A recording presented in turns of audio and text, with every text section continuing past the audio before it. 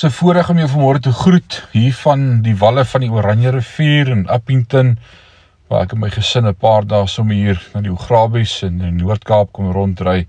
Pragtige natuur skoon en net sommer God se grootheid sien.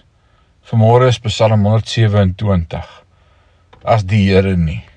Ek lees vir jou Psalm 127 vers 1 en 2 vanmôre. As die Here die huis nie bou nie, is die bouers se arbeid te vergeefs. As die Here die stad nie beskerm nie, waak die wagte te vergeefs.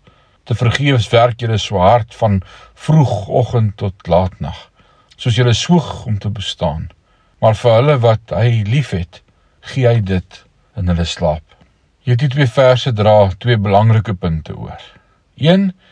Die Here self moet die middelpunt van ons huis wees. Die nadruklike herhaling van die frase, tensy die Here, sê vir ons dat God se betrokkenheid absoluut noodsaaklik is. En tweedens, die Here self moet die middelpunt van ons lewens en werk wees. Kom ons sê dit vir mekaar.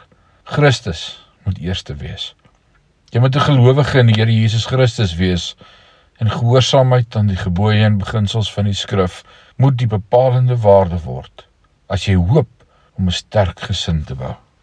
So vanmôre as ek hierdie Psalm gelees het, wil ek sê, op U staan ek vas. Kom ons bid saam.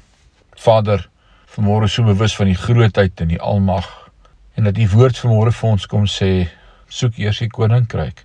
Te vergeefs doen ons al hierdie dinge as U nie eerste is nie. Jy herhaal dit in Matteus 6 vers 33, soek eers die koninkryk van God en sy geregtigheid. Vader, ons kom buig vanmôre voor U, en ons kom soek weer U eerste in ons lewe. Eerste in ons verhoudings, die middelpunt van ons huwelike, die middelpunt van ons gesprekke. Dankie Here, U is 'n groot en 'n wonderlike God. Word verheerlik in hierdie dag deur ons. Dis ons gebed in Jesus naam. Amen.